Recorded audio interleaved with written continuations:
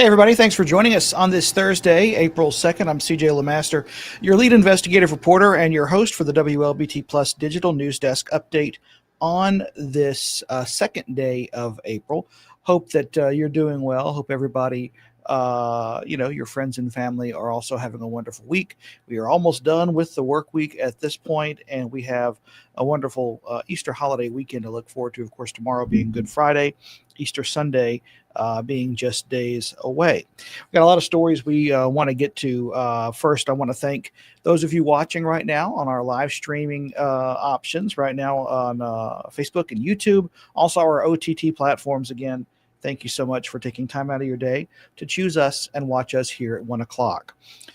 First off, a woman accused of driving while intoxicated and causing a crash that killed two sisters in 2023 will soon learn her fate in Hinds County Circuit Court. Jada Kelly faces 3 counts of aggravated DUI. Prosecutors say she was drunk when she slammed into another car, killing Azure Higgins and Valerie Lynch at the intersection of Canton Mart Road and the I-55 frontage road in North Jackson. Now, body camera video and pictures from the scene were shown in court during Kelly's trial yesterday.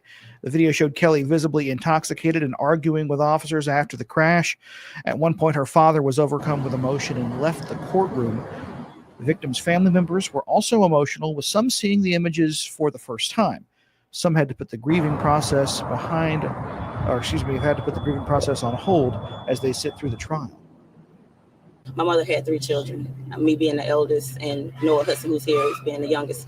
The middle child recently just passed from a car accident 2 months ago.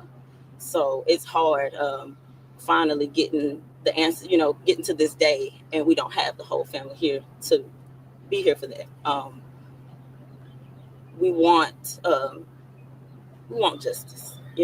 It's a lot. As far as healing, I can't say that we're just on that path yet, because we're looking for the answers. I feel like once we get a verdict, that we will be able to begin that process. In the body camera video, Kelly says she had just left a sports bar before the crash. During cross-examination, the defense attempted to poke holes in witness testimony, saying the driver of the other car was also intoxicated but never charged.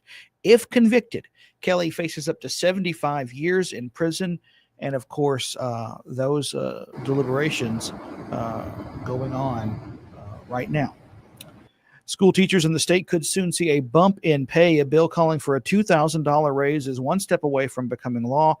Of course, this is something that we have been looking at and talking about throughout the session, but some educators are saying that they wanted to see more in terms of pay for teachers.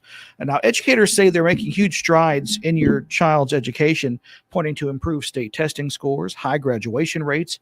Teachers would get this $2,000 raise, and And special education teachers would get an additional $2,000 as well.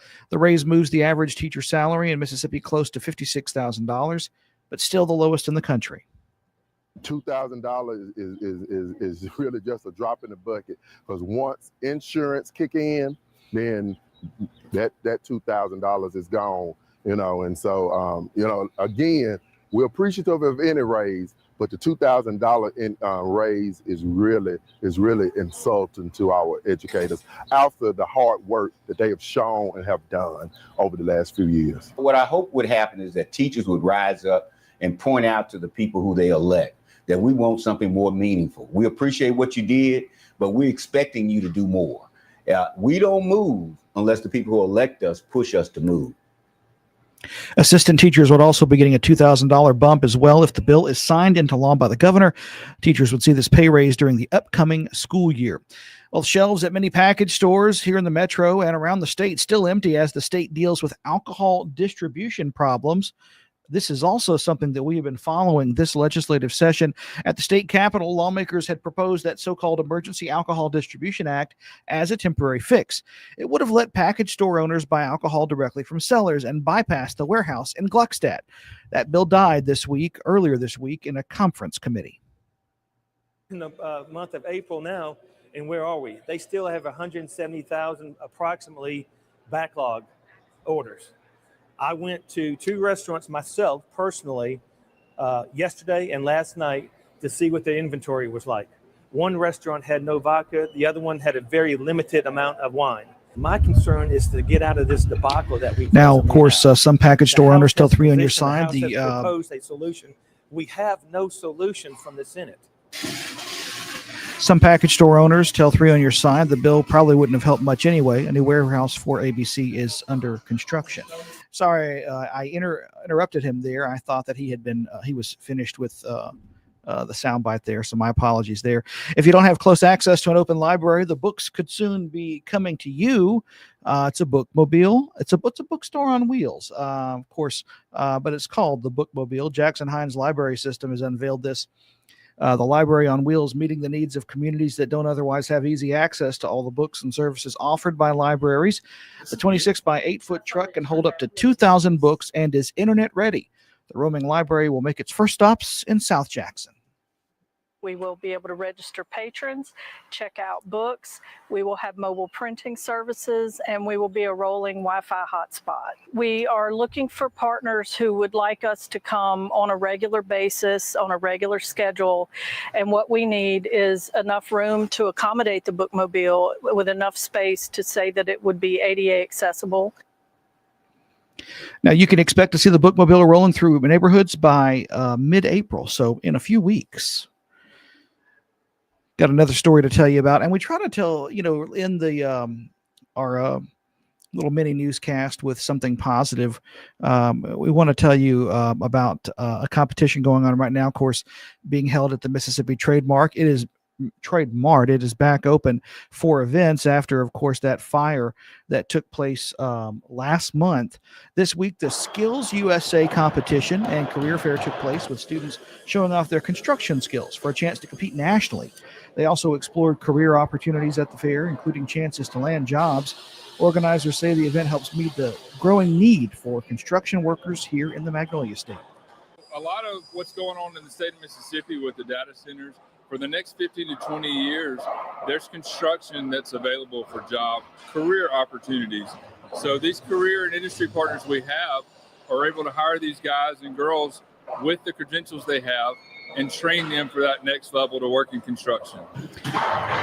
Now, those who are picked to represent Mississippi will compete in the National Skills USA competition, which will be held in June.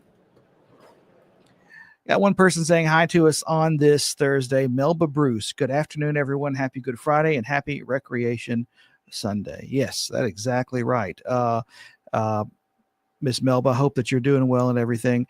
And, I've heard people call it a Recreation Sunday, Resurrection Sunday, Easter Sunday, of course, as it is also known.